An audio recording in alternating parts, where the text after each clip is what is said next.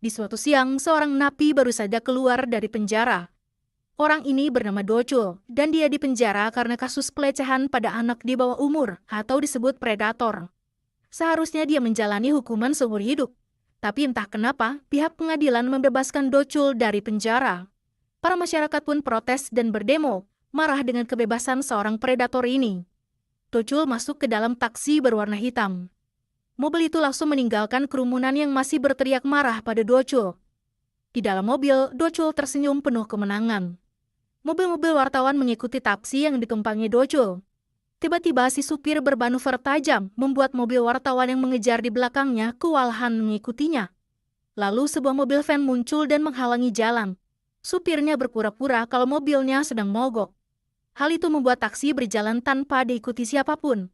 Tapi Docul kini heran, kemana ia akan dibawa? Si supir pun tak menjawab pertanyaan Docul yang membuat Docul marah dan membuka sabuknya. Ia menyerang si supir dengan mencekiknya, tapi supir itu lebih ahli bela diri. Docul yang malah diserang balik dan terluka. Docul pun dibuat pingsan. Di dalam terowongan, taksi itu bermanuver lagi, kemudian menyerahkan tas yang dibawa Docul pada seorang pria. Taksi itu kini berhenti, dan stiker di badan mobil dicabut. Kemudian plat nomornya dirubah. Sehingga ketika keluar dari terowongan, taksi itu kini menjadi mobil lain yang bebas dari kejaran wartawan dan kecurigaan CCTV. Sementara itu, di kantor kejaksaan, sebuah organisasi bernama Bluebird sedang mengadakan rapat. Pemimpinnya bernama Pak Jang. Bluebird ini dibangun untuk membantu para korban kejahatan agar mereka bisa menjalani kehidupan mereka kembali. Selesai rapat, Pak Jang bertemu dengan rekan kerja baru, seorang wanita bernama Hana. Hana adalah seorang jaksa yang mulai hari ini akan bekerja bersama Pak Jang. Di tempat lain, di sebuah kamar rumah sakit, seorang pasien wanita terlihat bangun dari tidurnya dan diam-diam kabur keluar. Wanita malang ini bernama Maria, dan dia punya masa lalu kelam sampai dia nekat kabur dari rumah sakit, bahkan menghindari polisi. Dia terlihat menangis sepanjang jalan. Ketika dia berada di jembatan, dia langsung berpikir untuk mengakhiri hidupnya saja. Dia sudah ada di sisi lain besi jembatan, tapi ia merasa sangat ketakutan untuk melompat. Di bawah kakinya, sebuah stiker membuatnya menghentikan niatnya untuk melompat. Stiker itu bertuliskan, "Layanan taksi mewah, jangan mati, balaskan dendammu." Akhirnya Maria memilih untuk menghubungi pihak taksi mewah itu, dan kini ia ada di mobil taksi tersebut. Supirnya bernama Dogi, yang aksinya sudah kita lihat di awal film tadi. Dogi menyalakan alat rekaman, dan Maria pun mulai bercerita tentang masa kelamnya. Maria adalah seorang yatim piatu yang dibesarkan di sebuah panti asuhan.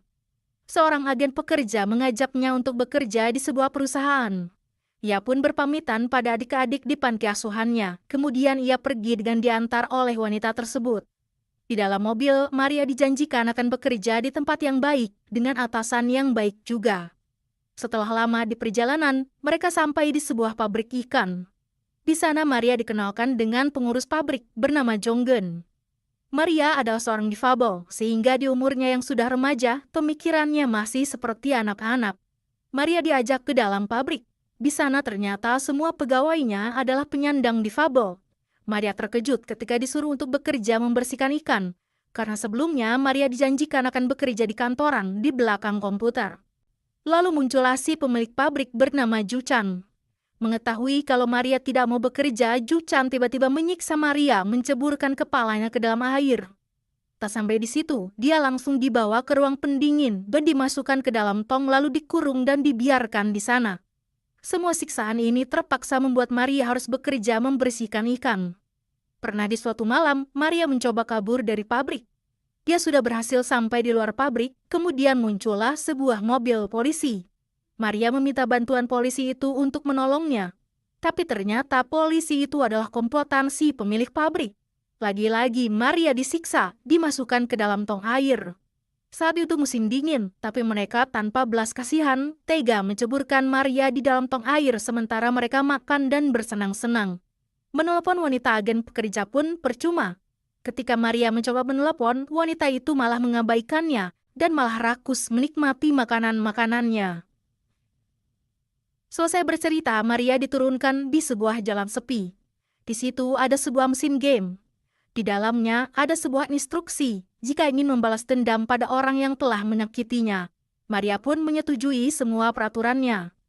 Keesokan harinya, perusahaan taksi tempat Dogi bekerja mendapat misi baru. Seorang ahli IT bernama Goen masuk ke dalam ruangan rahasia, kemudian dengan lift ia turun ke ruang bawah tanah. Di sana ada 2 montir yang sudah biasa bekerja agar membuat mobil biasa menjadi mobil siap tempur. Tak lama muncullah Dogi. Dogi pun langsung bertemu dengan pemilik perusahaan taksi ini. Ternyata dia adalah Pak Jang, pemimpin Bluebird tadi. Ternyata selain menjadi pemimpin Bluebird, Pak Jang mendirikan sebuah perusahaan taksi juga. Dari luar perusahaan taksinya terlihat seperti taksi biasa pada umumnya. Tapi ternyata diam-diam dia punya perusahaan taksi mewah yang bekerja untuk membalaskan dendam orang-orang yang ingin dibantu. Ia namakan perusahaan taksi mewahnya Taksi Deluxe. Sekarang Taksi Deluxe punya pekerjaan baru, yaitu membalaskan dendam Maria. Mereka pun membuat rencana dan menargetkan siapa saja orang-orang yang harus mereka habisi. Selesai menyusun rencana, eksekusi pun dimulai. Dogi mengeluarkan mobilnya dari garasi rahasia. Goen dan 2 montir pun ikut menjalankan misi ini menaiki sebuah van. 2 montir itu bernama Kyung dan Jin, sekarang menyamar menjadi tukang ayam goreng. Mereka datang ke pabrik dan memberikan brosur promo ayam goreng pada Jonggeun. Pancingan mereka berhasil. Malam harinya, Jonggeun menelepon memesan ayam goreng. Goen berpura-pura sebagai pelayan yang mencatat orderan. Ayam goreng pun sampai. Jonggeun dan Juchan malam itu memakan semua ayam itu. Tapi tanpa mereka tahu, ayam itu sudah dimasukkan bubuk pembius, membuat mereka seketika tak sadarkan diri. Dogi langsung masuk ke rumah mereka dan menggeledah rumah tersebut. Besok siangnya, Dogi masuk ke pabrik dan memeriksa keadaan. Dengan bantuan Goen, mereka memeriksa latar belakang pabrik itu. Ternyata ikan yang mereka produksi bukan ikan segar, tapi mereka mengimpor ikan berkualitas murah dari Cina dan menjualnya dengan harga tinggi dan dilabeli produksi asli Korea. Dogi pun punya rencana. Ia kini berpura-pura ingin membeli ikan-ikan itu. Dia melakukan negosiasi harga dengan Juchan dan memberikan uang muka sebagai kesepakatan. Selesai dari sana, Dogi kemudian membuntuti si polisi yang bekerja bersama dengan Juchan. Lalu di jalanan sepi, Dogi perlahan mendekati mobil polisi itu. Polisi itu heran melihat ada taksi dengan bemper super besar. Ia pun tiba-tiba ditabrak dari belakang. Polisi itu terkejut dan berteriak-teriak, tapi Dogi tak peduli. Ia terus menabrakkan mobilnya ke depan. Mobil polisi itu mulai terkunci akibat bemper taksi Dogi. Lalu kemudian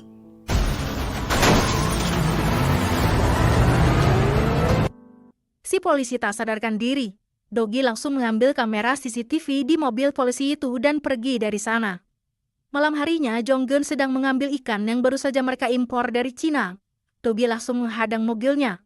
Dengan memakai topeng, Dogi ingin memberikan pelajaran pada Jonggeun. Tapi Jonggeun ternyata membawa beberapa pengawal. Dogi pun mau tak mau harus menghabisi mereka semua.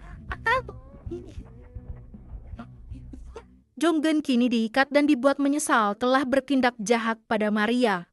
Ia pun ditinggalkan begitu saja dalam keadaan terikat. Dogi kini menuju pabrik. Di sana ia telah menunggu Juchan.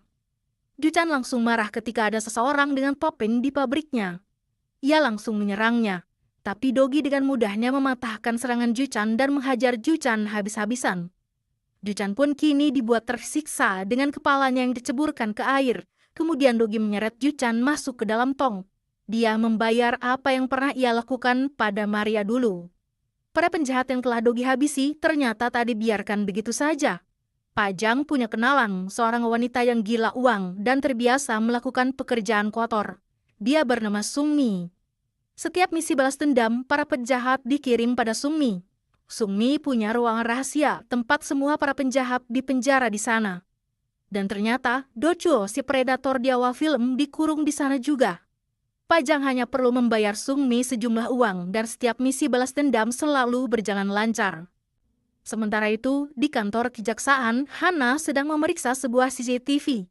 Rekaman itu memperlihatkan saat-saat di terowongan ketika sebuah taksi mewah keluar dari sana. Dia sedang memeriksa kasus Docho, si predator, yang hilang secara tiba-tiba setelah ia menaiki sebuah taksi. Lalu kembali pada Maria, kini akhirnya balas dendam Maria sudah selesai dan kini Maria sekarang tinggal bersama para pekerja difabel yang lain. dia juga mendapat kunjungan dari adik-adiknya, membuat dirinya kini menjadi pribadi yang bahagia. Sementara itu, di sebuah rumah kecil, seorang anak SMA sedang mencari cara untuk mengakhiri hidupnya di internet sambil menangis. Tapi sebuah iklan terus muncul di layar laptopnya. Iklan dari taksi deluxe dengan moto, "Jangan mati, balaskan dendammu. Taksi mewah akan membantumu." Ia pun akhirnya menghubungi taksi deluxe itu. Lalu di suatu siang, ketika dia duduk menunggu di luar, sebuah taksi warna hitam muncul. Ia pun masuk ke sana dan Dogi seperti biasa mulai merekam ceritanya.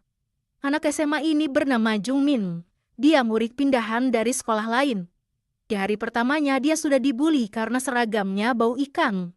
Itu karena setiap hari sebelum sekolah dia selalu membantu ibunya berjualan. Ibunya seorang tunarungu. Ada 3 murid yang sering membuli Jungmin, salah satunya bernama Sungtae. Dia dan kedua temannya yang lain selalu mengambil uang Jungmin dan mengajaknya karaoke, hanya untuk membulinya lagi habis-habisan. Bahkan di suatu sore, Jungmin didorong ke jalan dan kakinya dilindas motor dengan sengaja. Melapor ke polisi pun percuma karena tidak ditanggapi oleh mereka. Melapor ke guru pun, Jungmin takut untuk berbicara. Karena pernah suatu hari mereka bertiga datang ke rumahnya dan mengancam kalau mereka bisa saja menyakiti ibunya. Akhirnya dia hanya bisa menangis, sementara ibunya yang tak bisa mendengar ikut merasakan penderitaan anaknya itu. Selesai bercerita, Jungmin diturunkan di sebuah game center. Di sana ada sebuah mesin game yang harus ia mainkan. Di layar muncul instruksi tentang taksi deluxe yang akan membantunya membalas dendam. Awalnya Jungmin ragu dan takut, tapi ketika ia ingat penderitaan yang sudah ia alami, ia kembali ke depan layar dan menyetujui semua peraturan yang muncul di game tersebut. Sementara itu, Dogi dan yang lainnya kembali menyusun rencana untuk membantu Jungmin membalaskan dendamnya. Kali ini, Dogi akan berpura-pura sebagai guru pengganti di kelas di mana ketiga pemburi itu belajar. Dogi pun masuk ke kelas dan mulai mengabsen. Ketika Dogi mengabsen ketiga anak itu, mereka sudah bersikap tak sopan. Bahkan Sungtae keluar dari kelas dan tidak menghargai Dogi. Ketika jam istirahat, mereka memalak Dogi karena Dogi sedang berperang jadi guru yang culun. Suatu hari, di kamar mandi sekolah, Sungtae dan kedua temannya sedang membuli seorang murid. Lalu tiba-tiba keluarlah Dogi dari kamar mandi dan langsung mengajak murid yang dibuli itu keluar agar tak dibuli lagi. Lalu di suatu pagi, mereka bertiga menghentikan seorang kakek pemulung. Mereka tak tahu kakek itu adalah Pak Jang yang menyamar. Mereka meminta kakek itu untuk membelikan mereka rokok.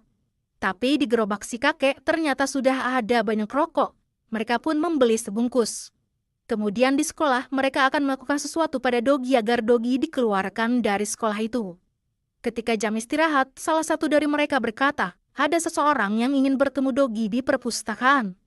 Ketika Dogi keluar, dia memasukkan majalah dewasa ke tas Dogi.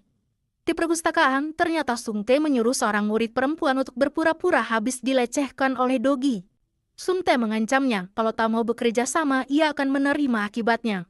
Terpaksa, dia pun mengikuti perintah Sungtae. Dogi pun masuk ke perpustakaan, tapi tak ada siapapun di sana. Ia pun keluar lagi.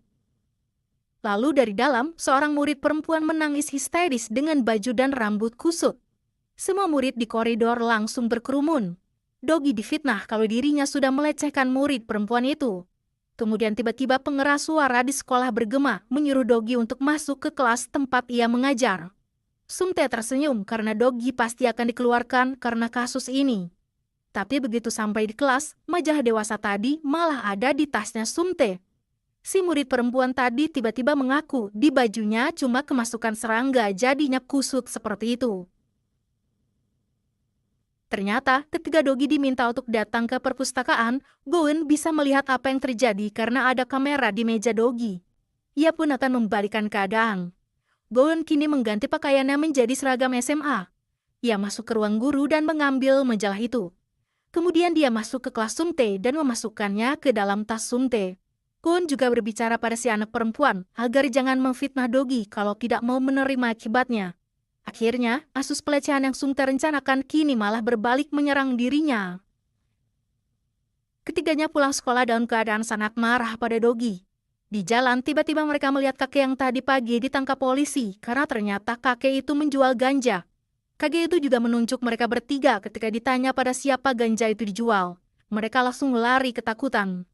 Padahal itu semua hanyalah akting dari Pak Jang dan kedua montirnya. Mereka pergi ke hutan dekat sekolah dan langsung mengubur ganja itu di sana agar tak seorang pun yang tahu. Lalu besoknya ketika kelas dimulai, Sung Tae dan kedua temannya lagi-lagi mencari masalah dengan bermain game di tengah pelajaran. Sung Tae bahkan berkata kalau dia tak mau belajar kalau Dogi yang jadi gurunya.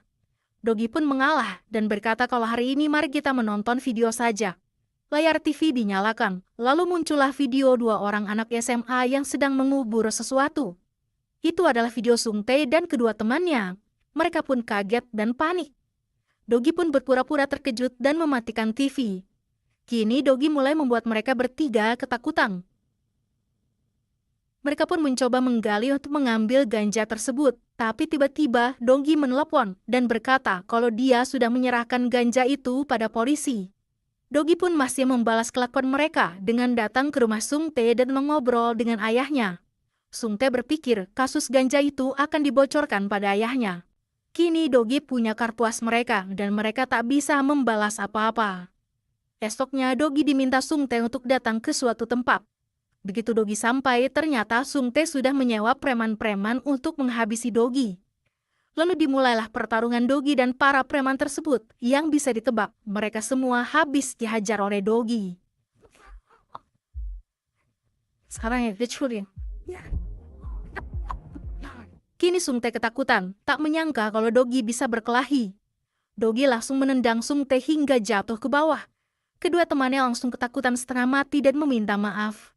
Dogi berkata, kalian harus menyerahkan diri kalian pada polisi dan pindah sekolah. Mereka pun melakukan perintah dari Dogi dan mengakui pembulian mereka terhadap Jungmin pada pihak polisi. Sementara Sung Tae, ternyata jatuhnya dia sudah direncanakan. Dia mendarat di bantalan dalam keadaan pingsan. Ketika Sung Tae tersadar, satu tangannya terikat dan di depannya ada banyak roti. Dogi datang dan berkata kamu harus menghabiskan semua roti ini. Jika ada sisa, setiap roti yang tersisa harus kamu bayar dengan harga mahal. Dan jika tak bisa membayar, Sung Tae harus bekerja setiap hari mulai besok untuk membayar harga roti tersebut, dan baru akan lunas dalam waktu bertahun-tahun. Sung Tae hanya bisa memakan roti-roti itu dengan perasaan menyesal. Sisa hidupnya kini harus ia jalani untuk membayar semua roti yang tersisa dengan harga yang sangat mahal. Pembalasan dendam untuk Jungmin pun selesai, dan kini Jungmin sudah bisa bersekolah lagi tanpa ada yang membuli. Tak hanya itu, Pak Jang datang pada ibu Jungmin yang sedang berjualan. Ia menyampaikan Jungmin mendapat beasiswa hingga perguruan tinggi dan semua biayanya akan ditanggung. Ibunya terlihat sangat senang dan bahagia. Jungmin pun sudah mulai bersekolah lagi, tanpa ada pembuli di sana. Lalu pada suatu malam, Pak Jang mengajak Dogi untuk acara makan malam dengan rekan kerjanya di kejaksaan. Di sana ada Hana dan atasannya. Selesai makan malam, Pak Jang dan atasan Hana akan pergi untuk minum lagi, sementara Dogi disuruh untuk mengantar Hana pulang. Mereka berdua pun berjalan kaki menuju rumah Hana. Lalu di jalan, terdengar suara peluit para pekerja konstruksi. Tiba-tiba Dogi merasa pusing dan pingsan. Hana langsung menghubungi ambulans dan Dogi dibawa ke rumah sakit. Ketika diperiksa, di sekujur tubuh Dogi terlihat banyak luka, termasuk beberapa luka tembak. Hana heran, dari mana Dogi mendapat luka-luka sebanyak itu. Pingsannya Dogi ternyata akibat dari suara peluit yang membuat ia teringat masa kelamnya. Dulu, ketika ia baru pulang dari wajib militer, ia pulang ke rumahnya dan memanggil ibunya, tapi tak ada sahutan. Dogi masuk ke rumahnya dan langsung melihat ibunya sudah tak bernyawa dengan darah tergenang. Suara teko air panas adalah satu-satunya suara yang ia dengar ketika kejadian mengerikan itu terjadi.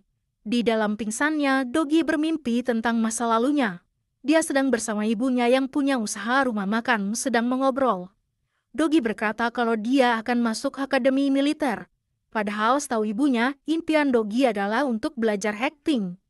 Tapi karena tak ada biaya, Dogi merelakan impiannya itu. Tiba-tiba keadaan di sekeliling berubah dan si pembunuh ibunya sedang menghunuskan pisaunya pada ibu Dogi. Dogi berteriak tapi ibunya tak mendengarkannya.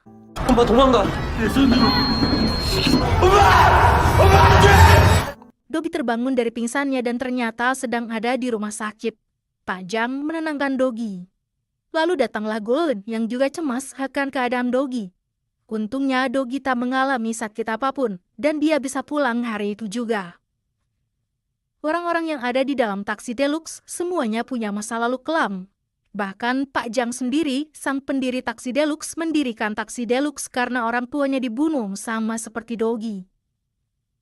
Begitu pula dengan Goen, dia punya kenangan kelam tentang kakaknya. Setiap hari, ia hanya bisa melamun dan menangis ketika mengundang kakaknya itu. Sementara itu, Hana sedang menangani kasus baru, kasus seorang pegawai yang disiksa oleh atasannya. Pegawai ini bernama Yongmin, dan dia bercerita perusahaan tempat ia bekerja bernama Yudata. Pemimpin di sana, seorang CEO bernama Yang Jin, sering memukul pegawainya. Ia juga tak segan-segan menyuruh pegawainya memukul pegawai lain, kemudian ia tertawa melihat kejadian itu. Suatu hari, Yongmin dimarahi dan ditampar berkali-kali oleh Yang Jin karena Yongmin meminta maaf pada salah satu konsumen karena kesalahan perusahaan. Yongmin pun berkomentar di sosmednya kalau Yang Jin adalah atasan yang jahat. Namun ternyata hal itu diketahui perusahaan. Mereka pun datang ke rumah Yongmin dan membawanya ke sebuah gudang. Di sana, Yang Jin tak terima dirinya dibilang atasan jahat. Ia mengikat Yongmin dan memukulnya puluhan kali.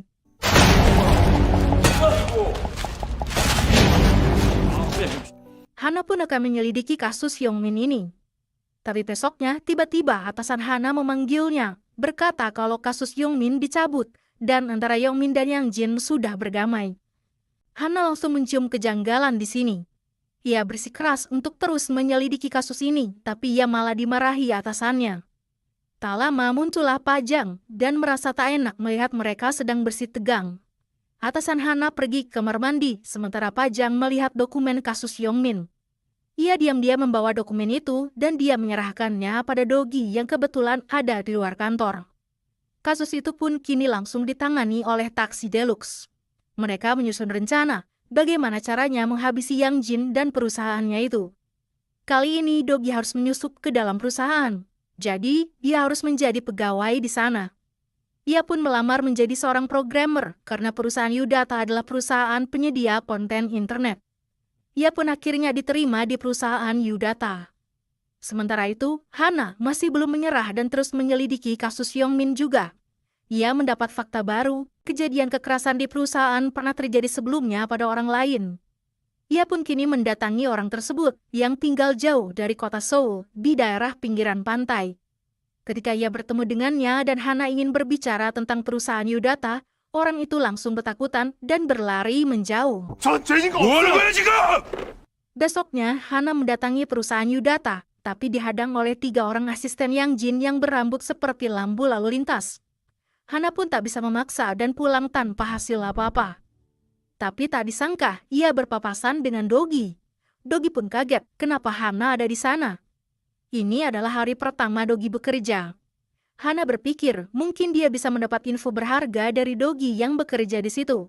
Tapi Dogi menganggap Hana sebagai halangan, dan ia tak mau berurusan dengannya. Di hari pertamanya bekerja, ia melihat Yang Jin yang sedang memotivasi para pegawainya dengan mendoktrin mereka kalau uang adalah segalanya, dan dia bisa melakukan apa saja pada pegawainya karena ia atasan tertinggi. Lalu ketika jam kerja dimulai, Dogi mulai menyusuri ruangan lain. Ia melihat satu ruangan dan hendak masuk ke sana, tapi tiba-tiba dilarang oleh salah satu asisten Yang Jin. Lalu ketika jam istirahat, Dogi mengobrol dengan Goen, berkata kalau dia harus masuk ke ruangan tersebut. Di ruangan itu hanya boleh dimasuki oleh para staf khusus. Dogi pun berencana untuk menjadi salah satu staf khusus itu, tapi ia perlu bantuan Goen. Ketika jam kerja dimulai, tiba-tiba sebuah virus komputer menyerang sistem perusahaan. Yang Jin muncul dan marah. Para staf anti-hacker di sana berkata, perlu waktu 5 hari untuk mengatasi virus tersebut. Dogi tiba-tiba menyela, dia bisa mengatasi virus itu dalam 10 menit. Dogi pun langsung bekerja. Komputernya sudah terhubung dengan Golen, yang memang seorang ahli IT. Dan dalam waktu 10 menit, virus itu benar-benar hilang, dan sistem perusahaan kembali berjalan normal. Yang Jin langsung senang dan memberikan Dogi hadiah uang. Tapi Dogi berkata, ia ingin naik jabatan dan masuk ke dalam staf khusus. Tapi Yang Jin hanya tertawa dan menolak keinginan Dogi. Karena masih penasaran, Dogi pun memeriksa semua biodata staf khusus di sana. Anehnya, mereka semua punya latar belakang buruk. Mantan kriminal, penjudi, orang yang terlilit hutang, dan sebagainya. Dogi pun sepertinya harus menjadi seperti mereka untuk menarik perhatian Yang Jin. Maka, di suatu malam, ketika Yang Jin pulang dalam keadaan setengah mabuk, mobilnya terhalang oleh sebuah mobil van. Lalu Yang Jin melihat Dogi yang sedang memaki-maki seorang pria yang tak lain adalah montirnya. Ia memaki dan merendahkan pria itu, sementara Yang Jin melihat kejadian tersebut. Besok paginya, Yang Jin tampaknya mulai tertarik pada Dogi karena kejadian semalam. Kebetulan staf khususnya sedang kekurangan orang. Akhirnya, pagi itu Dogi diberitahu kalau dia sudah naik jabatan dan kini akan menjadi salah satu staf khusus.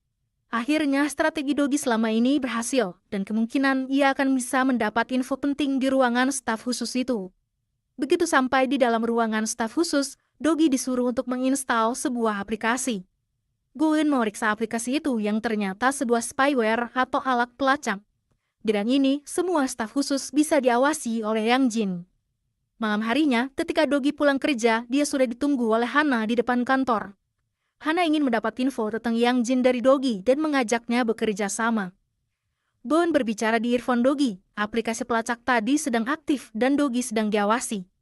Maka Dogi pun berpura-pura langsung menolak permintaan Hana itu dan memuji-muji Yang Jin sebagai atasan terbaik.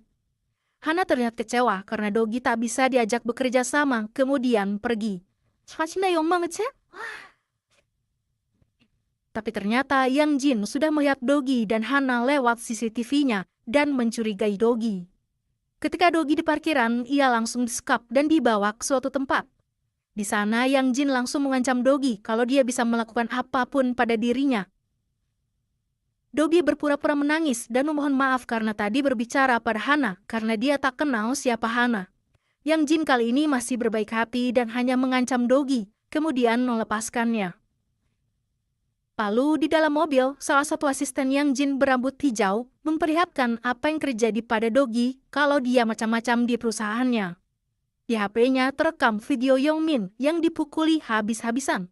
Dogi pun berpura-pura menyesal dan meminta maaf. Tapi ternyata malam itu adalah malam pembalasan dendam. Dogi memasang bumper super besarnya lagi di mobilnya dan melaju mengejar bawahan Yang Jin itu. Dari belakang ia menyusulnya. Kemudian dia berbalik arah dan menginjak gasnya. Ia pun kaget ada mobil melaju kencang di depannya.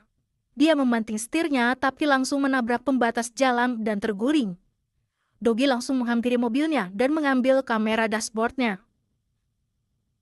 Esok harinya, Dogi bekerja seperti biasa.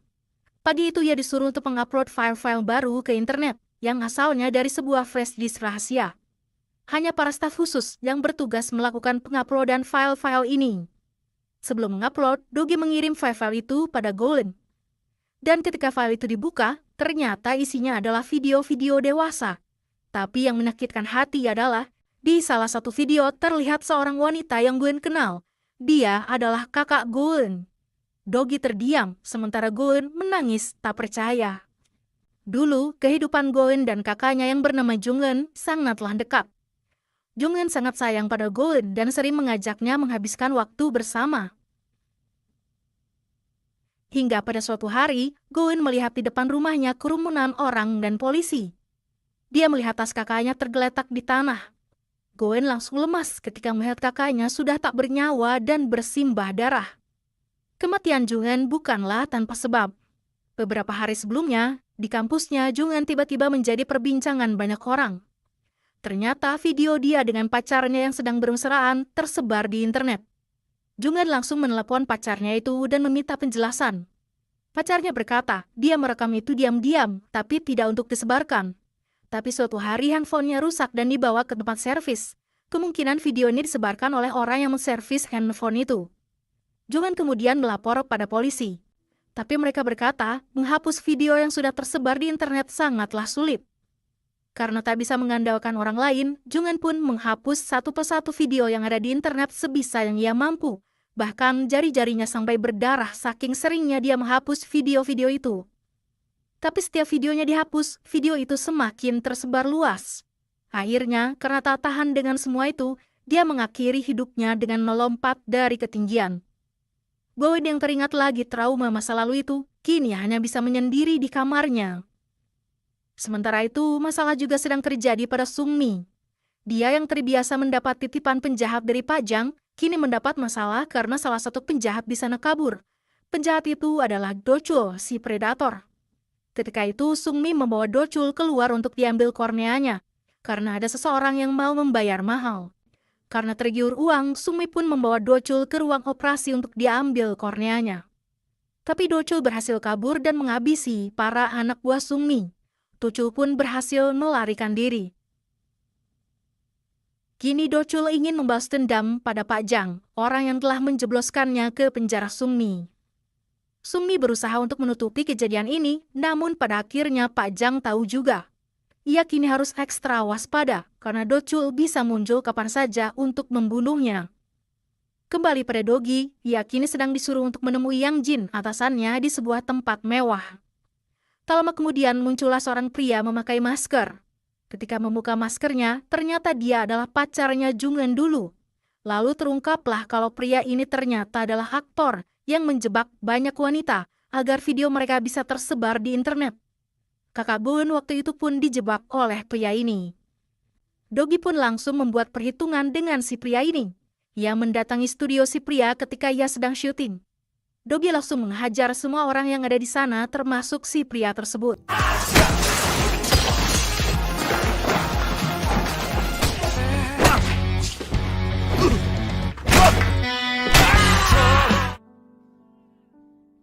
Besoknya, Dogi kembali bekerja di Yudata. Kini ia diam-diam akan menghapus semua video ilegal yang ada di sana. Tapi ketika proses penghapusan berlangsung, video-video itu kembali muncul otomatis. Lalu tiba-tiba di kantor Yudata, Hana datang dan membawa surat penggeledahan karena Yang Jin dicurigai mengupload video-video ilegal. Tapi ketika diperiksa, semua video-video itu hilang dari server. Dogi pun sadar, sepertinya server utama yang menyimpan video-video itu bukanlah di kantor Yudata, tapi ada di lokasi rahasia, sehingga Yang Jin bisa bebas menyembunyikan bahkan memunculkan kembali semua video kapanpun ia suka. Esoknya, Dogi meminta bantuan mantan pegawai Yudata untuk menunjukkan tempat tinggal Yang Jin. Tapi di perjalanan, ternyata dia diikuti oleh Hana. Hana juga ternyata diikuti oleh pegawai Yang Jin, karena Yang Jin tak suka kantornya diobrak-abrik oleh Hana kemarin siang. Terjadilah aksi kejar-kejaran antara mereka. Dogi berhasil kabur dari kejaran Hana. Tapi Hana yang dikejar oleh anak buah Yang Jin kini dalam masalah. Mobilnya dihimpit oleh mereka, berusaha untuk membuat Hana kecelakaan. Tiba-tiba Dogi kembali untuk membantu Hana. Ia pun menghalangi salah satu mobil dan akhirnya mobil itu menabrak mobil yang terparkir di pinggir jalan. Dogi kini bermanuver, menghadap dua mobil di depannya, dan menyalakan lampu sorot, membuat yang ada di mobil tak bisa melihat. Hal itu membuat mobil Hana terperosok ke gundukan pasir, sementara mobil anak buah Yang Jin menabrak pembatas. Dogi pun meneruskan perjalanannya menuju tempat tinggal Yang Jin. Di sana, Yang Jin langsung memarahi mantan pegawainya yang sudah keluar dari perusahaannya. Ia pun merendahkan Dogi dengan mengguyur air di kepalanya, karena ia datang tanpa permisi ke tempat tinggalnya. Mereka kini dibawa ke sebuah gudang untuk disiksa oleh Yang Jin. Di sana Dogi dipaksa untuk memanah pegawai itu jika ingin Yang Jin melepaskan Dogi. Dogi tak mau menuruti perintah Yang Jin yang membuat Yang Jin semakin marah. Dogi langsung dipukul oleh anak buah Yang Jin hingga pingsan. Kemudian ketika ia tersadar, ia sudah diikat di tembok. Untungnya dia masih bisa berkomunikasi dengan dua montirnya, Jin dan Kyung. Tapi naas, tak lama berselang Jin dan Kyung juga tertangkap oleh anak buah Yang Jin.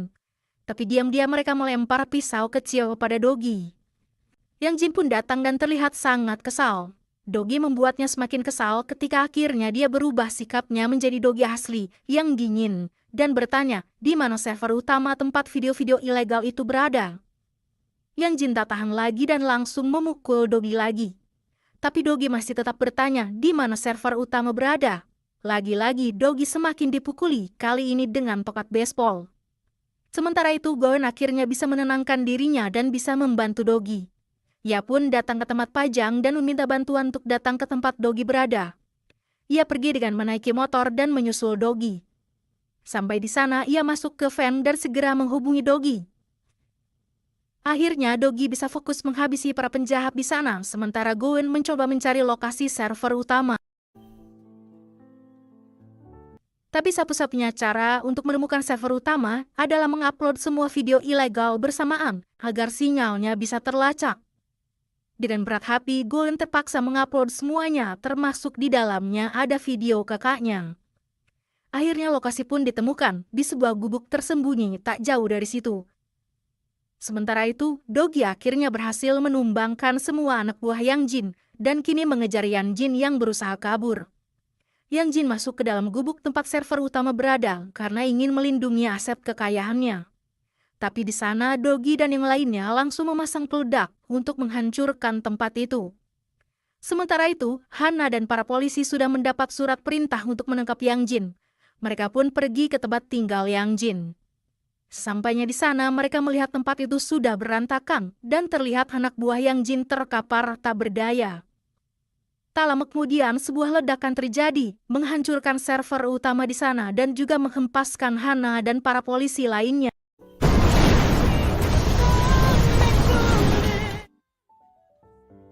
Sementara itu, di rumah Pajang, ternyata Dochul si predator sudah ada di sana bermaksud untuk membalas dendam. Terjadilah pergumulan antara Pajang dan Dochul. Tapi nahas, Pajang tertusuk di perut. Tiba-tiba muncul anak buah Sung Mi ke situ, tepat sebelum Dochul hendak membunuh Pajang. Sung Mi langsung membawa Pajang ke rumah sakit. Dogi dan yang lainnya langsung menyusul ke rumah sakit begitu tahu berita ini. Sementara itu, di tempat tinggal Yang Min, para penyidik menemukan ID card Dogi sebagai pegawai Yudata. Hal itu membuat Dogi dicurigai ada hubungannya dengan kasus ledakan di tempat tersebut. Beberapa hari kemudian, Pajang sudah siuman dan mulai membaik. Ia dijenguk oleh teman sekantornya yaitu atasan Hana bernama Jinwoo. Jinwoo memperlihatkan ID card Dogi dan berkata kenapa supir taksi di perusahaan Pajang bisa jadi pegawai Yudata. Pajang mengelak dengan menjawab Dogi memang pernah bekerja di sana tapi hanya beberapa hari. Tak hanya Jinwoo, Hana ternyata juga mendatangi Dogi langsung ke rumahnya. Dogi langsung merasa tak nyaman, tahu kalau dirinya sedang dicurigai. Hana bertanya, kenapa ada ID card milik Dogi di tempat tinggal Yang Min tempat ledakan terjadi. Dogi menjawab, ID card itu diambil oleh Yang Min sendiri dan mungkin terbawa sampai ke rumahnya. Dogi mengelak dirinya tak ada di sana waktu kejadian ledakan. Hana pun tak bisa menanyai lebih jauh dan akhirnya pergi dari rumah Dogi. Hingga pada suatu hari, Hana sengaja menunggu di depan rumah Pajang. Lalu muncullah sebuah sedan hitam yang dikendarai Dogi masuk ke rumah Pajang. Hana pun memfoto bukti tersebut. Keesokan harinya, Hana bertemu dengan atasannya Jinwoo dan meminta surat penggeledahan untuk Pajang. Hana pun memperlihatkan kesamaan foto taksi hitam yang pernah membawa Dochul si predator, lalu yang pernah menabrak mobil polisi, sama dengan mobil yang kemarin masuk ke rumah Pajang. Kemunculan taksi itu selalu bertepatan dengan hilangnya para kriminal. Hana curiga Dogi menculik para penjahat itu dan membunuhnya di rumah Pajang. Jinwoo mau tak mau menyetujui semua info Hana ini, walaupun Pajang adalah temannya sendiri. Ketika makan siang, Jinwoo berterus terang pada Pajang bahwa saat ini rumah Pajang sedang digeledah atas sangkaan kepemilikan taksi hitam yang ada hubungannya dengan para kriminal yang hilang. Di kediaman Pajang, Dogi dan yang lainnya kaget ketika rombongan polisi dan penyidik datang ke sana. Dogi pun mengamankan lokasi bawah tanah agar jangan sampai ditemukan. Hana dan para penyidik pun mulai masuk ke rumah Pajang dan mulai menggeledah. Mereka tak menemukan taksi hitam ataupun barang-barang mencurigakan lain. Bahkan mereka membawa beberapa sampel DNA di seluruh rumah.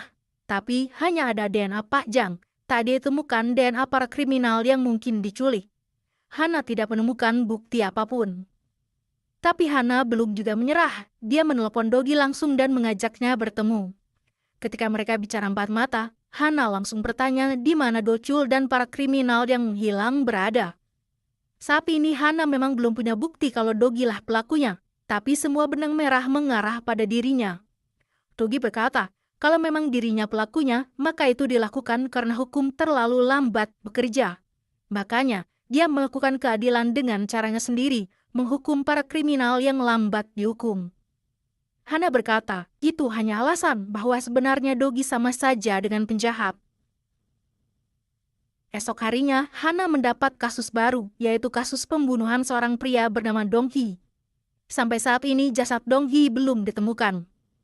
Sementara itu, Dogi pun kini mendapat penumpang baru yang ingin dibantu. Dia seorang ayah yang sedang mencari anaknya yang hilang, bernama Dong Hee. Tak disangka, Dogi dan Hana sekarang sedang menjalani kasus yang sama. Terakhir kali Dong Hee terlihat bersama dengan temannya bernama Yongtae. Mereka masuk ke sebuah ruko. Kemungkinan Dong Hee dibunuh oleh Yongtae di ruko itu dan jasadnya langsung hilang di sana. Dogi terkejut ketika melihat foto Yongtae. Yongtae mirip dengan tangan kanan Sungmi. Dogi dan Pajang pun mendatangi Sungmi untuk memastikan apakah Yongtae adalah anak buah Sungmi. Ternyata mereka kembar. Yang membunuh Dong Hee ternyata Yongtae, sementara tangan kanan Sungmi bernama Soktae. Malam harinya, salah satu anak buah Yongtae bernama Woo-sup keluar dari bar dalam keadaan mabuk. Tapi ia tetap berkendara dengan mobilnya. Ia pun ditangkap karena menyetir sambil mabuk. Ia dipanggil oleh jaksa, kebetulan yang menanganinya adalah Hana. Hana langsung punya ide untuk menggunakan Woo-sup ini untuk mendapat info tentang kematian Dong Hee. Hana memberi janji, hukuman Woo-sup akan diringankan jika dia bisa mendapat info dari Yongtae tentang bagaimana cara Yongtae membunuh Dong Hee dan di mana jasadnya disembunyikan. Woo-sup pun menerima permintaan Hana itu. Malam harinya, Woo-sup sengaja mengajak Yongtae minum-minum. Ketika mereka sudah mabuk, Woo-sup bertanya tentang Dong Hee, bagaimana Yongtae bisa membunuhnya. Karena mabuk, Yongtae pun mengungkapkan hal tersebut. Setelah tahu info itu, ia segera menelpon Hana. Tapi tiba-tiba Woo-sup bertemu Soktae, yang sudah curiga Woo-sup akan membocorkan rahasia Yongtae pada jaksa. Woo-sup langsung dikejar dan dihajar Soktae di sepanjang jalan. Hana sempat mendengar teriakan Woo-sup di telepon dan langsung melacak handphonenya. Setelah mendapat lokasi handphone Woo-sup, ia langsung pergi untuk menyelamatkan Woo-sup. Hana juga menelpon asistennya, Pak Wang, untuk membantunya menyelamatkan Woo-sup. Kembali pada Woo-sup, ia berhasil kabur dari kejaran Soktae dan masuk ke pabrik kain. Tapi kini Yongtae berhasil mengikuti Woo-sup dan masuk juga ke pabrik itu. Woo-sup bersembunyi di antara gulungan kain. Tapi Yongtae berhasil melihatnya dan langsung menariknya keluar. Ia pun langsung menghajar Woo-sup. Kembali pada Hana, ia baru saja sampai di TKP. Ia mendapat laporan ada seseorang yang mati ketika terjadi perkelahian di situ. Hana mengira Woo-sup lah yang mati. Tapi ketika kantung mayat dibuka, yang mati ternyata Pak Wang, asisten Hana. Hana tak menyangka hal ini bisa terjadi. Ia menangis melihat asisten dan rekan terdekatnya itu sudah tak bernyawa. Ternyata ketika Yongtae sedang menghajar Woo-sup, Pak Wang datang ke sana untuk menyelamatkan Woo-sup. Pak Wang cukup hebat dan bisa menghajar balik Yongtae.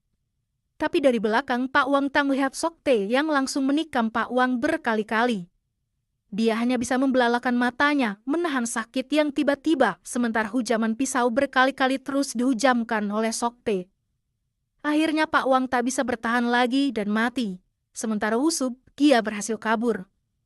Kematian Pak Wang membuat Yongtae langsung ditahan. Tapi ketika diinterogasi, dia tak mengaku kalau dirinya lah pembunuhnya. Ditambah lagi, tak ada bukti, dan tak ada saksi ketika kejadian itu terjadi. Akhirnya Yongtae terpaksa dibebaskan oleh pihak kejaksaan. Hana langsung marah dan tak terima. Sedikit demi sedikit, kini ia bisa menyadari apa yang dirasakan Dogi. Ketika kita sudah tahu siapa penjahatnya, tapi penjahat itu tak ditangkap karena tak adanya bukti, maka balas dendamlah satu-satunya jalan untuk mencari keadilan. Hana pun kini naik taksi hitam Dogi. Ia menceritakan kasus yang ia alami ini, dan meminta bantuan Dogi untuk membalaskan dendam kematian Pak Wang. Ia pun diantar menuju sebuah tempat karaoke. Di sebuah ruangan yang sudah ditentukan, dia melihat di layar TV peraturan taksi deluxe yang akan membantunya membalaskan dendam Pak Wang. Sementara itu, di kediaman Pak Jang, Dogi dan yang lainnya langsung menyusun rencana agar pembunuh Pak Wang bisa tertangkap dan bisa dihabisi. Untuk itu, mereka perlu menyelidiki kasus pembunuhan Dong Hee terlebih dulu, yang diduga pembunuhnya adalah Yongtae juga. Mereka langsung datang ke tempat terbunuhnya Dong Hee. Di sana mereka melihat sebuah pipa yang mengeluarkan uap panas. Mereka juga menemukan barang-barang yang meleleh, kemungkinan terkena asam sulfat. Jadi bisa disimpulkan, jasad Dong-hee hilang karena dilelehkan oleh asam sulfat. Info ini disampaikan pada Hana. Hana juga mendapat info baru, bahwa atasan Yongtae yaitu Sung-mi secara rutin membeli asam sulfat dari sebuah perusahaan. Jadi kemungkinan penghilangan jasad ini secara rutin dilakukan oleh Sung-mi dan para anak buahnya. Mereka langsung menyusun rencana. Jin dan Kyung berpura-pura sebagai pegawai pengangkut asam sulfat. Mereka memasukkan Tong-tong ke dalam truk milik Yongtae. Setelah itu Yongtae membawanya ke markasnya. Tapi Tong-tong itu sudah diberi pelacak, sehingga Dogi langsung bisa mengikuti arah truk tersebut. Dogi akhirnya sampai di sebuah gudang tempat truk itu berhenti. Kebetulan sedang tak ada siapapun di dalam. Dogi membuka sebuah laci mayat. Ternyata di dalamnya jasad Woo-sup yang sudah mati dengan luka sayatan besar di badannya. Dogi langsung bisa menyimpulkan Woo-sup diambil organnya, lalu nanti akan dimusnahkan tubuhnya dengan asam sulfat. Dia langsung berlari dan muntah. Dia tak menyangka, ternyata ini semua adalah sindikat perdagangan organ manusia, dan Sung-mi lah otak di balik semua ini. Dogi kembali masuk ke dalam dan menemukan dua orang yang sedang mengoperasi satu korban. Mereka langsung kabur begitu melihat Dogi. Tiba-tiba muncul Yongtae, langsung menyerang Dogi. Terjadilah pergulatan antara mereka berdua. Yongtae tiba-tiba menusuk perut korban, dia masih hidup. Yongtae langsung kabur, tapi Dogi tak bisa mengejar karena korban itu sedang pendarahan karena ditusuk Yongtae. Ia langsung menghubungi Hana. Tak lama kemudian, Hana dan para polisi datang ke sana dan mengambil semua barang bukti dan membersihkan TKP.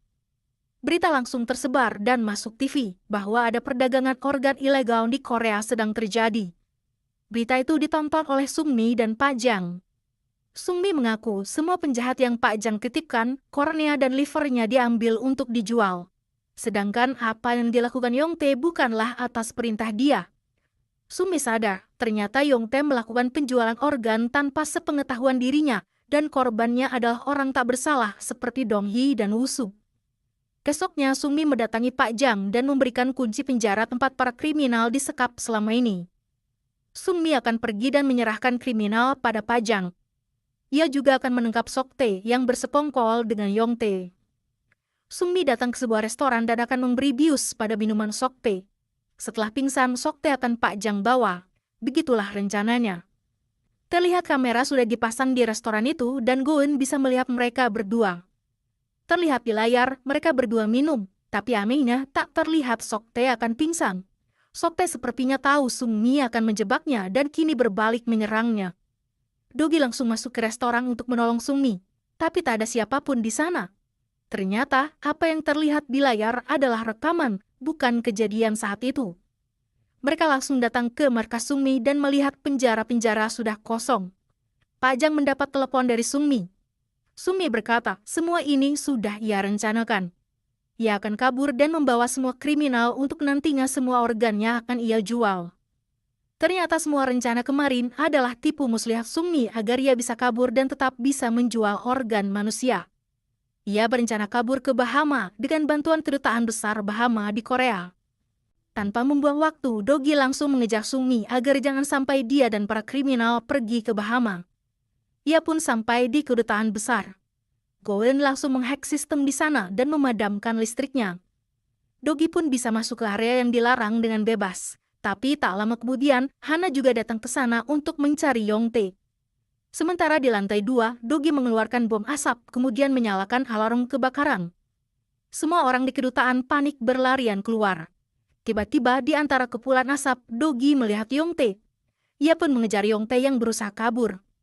Di basement, Dogi langsung menghajar Yongtae hingga dia tak sadarkan diri. Dogi dan teman-temannya menyamar sebagai petugas medis dan membawa Yongtae untuk dibawa. Dari jauh, Hana melihat itu dan segera membuntuti kemana Dogi pergi. Di jalan, Dogi sengaja memilih jalur macet karena dengan ambulansnya, mobil lain segera menyingkir, sementara Hana tertinggal jauh di belakang. Sementara itu, para kriminal yang akan dibawa Sung-mi ternyata memberontak. Satu di antara mereka berhasil melepaskan ikatan dan menghabisi anak buah Sung-mi. Mobil yang membawa mereka pun mereka bajak. Sung-mi langsung mendapat kabar ini dan langsung marah. Ia tak menyangka para sandranya akan kabur seperti ini. Sementara itu, ketika Dogi sampai di rumah Pak Jang langsung menelpon Sung-mi.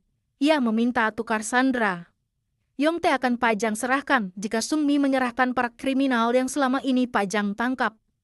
Sungmi kebingungan karena kini para kriminal sudah kabur, ia jadi tak bisa bertukar sandera. Ia pun menyuruh Soktae untuk menemukan kembali para kriminal tersebut. Di sebuah rest area, akhirnya para kriminal itu berhasil ditemukan oleh Soktae. Tapi beberapa dari mereka berhasil kabur dan tidak ada di mobil.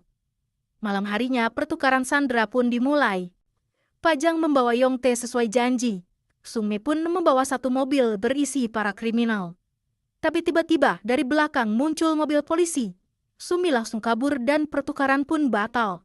Pajang dan Dogi juga tak tahu kalau polisi akan datang. Ternyata Hana dari awal sudah membuntuti Dogi, dan sekarang ia akan mengambil Yongtae yang selama ini sudah diincar oleh pihak kejaksaan. Dogi juga ditahan karena dianggap melindungi Yongtae dan tidak langsung menyerahkannya pada pihak berwajib. Dogi langsung diinterogasi oleh pihak kepolisian, tapi Dogi menolak untuk memberikan keterangan. Dia malah berpura-pura lapar dan meminta makanan. Sementara itu, jika kalian masih ingat Maria yang sekarang tinggal di pabrik ikan, dia melihat Jonggeun, orang yang dulu pernah menyakitinya. Maria langsung menelpon pihak taksi deluxe dan Goen langsung berinisiatif untuk menolongnya. Ia datang ke sana dengan mengendarai motor. Maria terlihat ketakutan ketika Jonggeun muncul lagi dan mulai mendekatinya. Untung Goen muncul tepat waktu dan mengajaknya naik motornya. Tapi tiba-tiba sebuah pukulan menjatuhkan Goen dan Maria dari motornya. Ternyata itu adalah si pria mantan kakaknya Goen. Mereka pun membawa Maria dan Goen yang pingsan ke sebuah tempat. Sementara itu, Pak Jang tiba-tiba kedatangan Sungmi dan para anak buahnya. Mereka langsung menyandera Pak Jang dan Kyung. Jin yang baru datang langsung disuruh kabur begitu melihat rekannya disandera. Ia pergi dengan mobil. Kembali pada Dogi, kini dia berpura-pura ingin ke toilet. Ia langsung menyerang petugas di situ dan hendak kabur. Tiba-tiba Hana datang dan melarang Dogi kabur. Kalau itu terjadi, Dogi bakal jadi tersangka dan hukumannya akan lebih berat. Dogi menjelaskan saat ini rekan-rekannya sedang dalam kesulitan. Selain itu, Dogi berkata, dalang utama sindikat organ manusia adalah Sungmi. Dogi berjanji, jika ia keluar sekarang, Sungmi akan ia tangkap dan akan diserahkan pada Hana. Hana pun akhirnya percaya, dan Dogi bisa keluar dari sana. Kebetulan, Jin baru saja muncul. Mereka berdua langsung menuju rumah Pak Jang lagi untuk menyelamatkan rekan-rekannya. Tapi sebelum itu, Dogi punya rencana. Ketika sudah sampai di rumah Pak Jang, mobil dimasukkan ke garasi dan masuk ke bawah tanah. Para anak buah Sungmi sudah bersiap menghabisi Dogi. Tapi mereka terkejut ketika di dalam mobil tak ada Dogi. Dogi tiba-tiba muncul dari belakang mereka memakai kacamata night vision dan mematikan lampu. Dia langsung menghajar mereka yang tidak bisa melihat karena gelap. Kembali pada Maria dan Goen, mereka ternyata dibawa ke studio tempat si pria biasa menjebak para wanita. Dia berniat ingin membuat video seperti yang ia lakukan dulu untuk menyakiti Maria dan Goen. Goen pun teringat masa lalu kakaknya yang hancur, membuat Goen sangat benci dengan pria ini. Kembali pada Dogi, setelah ia menghabisi semua musuhnya, ia mendapat info kalau Goen sedang disekap di sebuah studio. Dia pun bergegas ke sana tanpa membuang waktu. Sementara Jin akan pergi ke markas Sungmi, tempat Pak Jang disandera di sana. Sampai di sana studio itu langsung Dogi tabrak. Dia langsung menghajar si pria tanpa belas kasihan.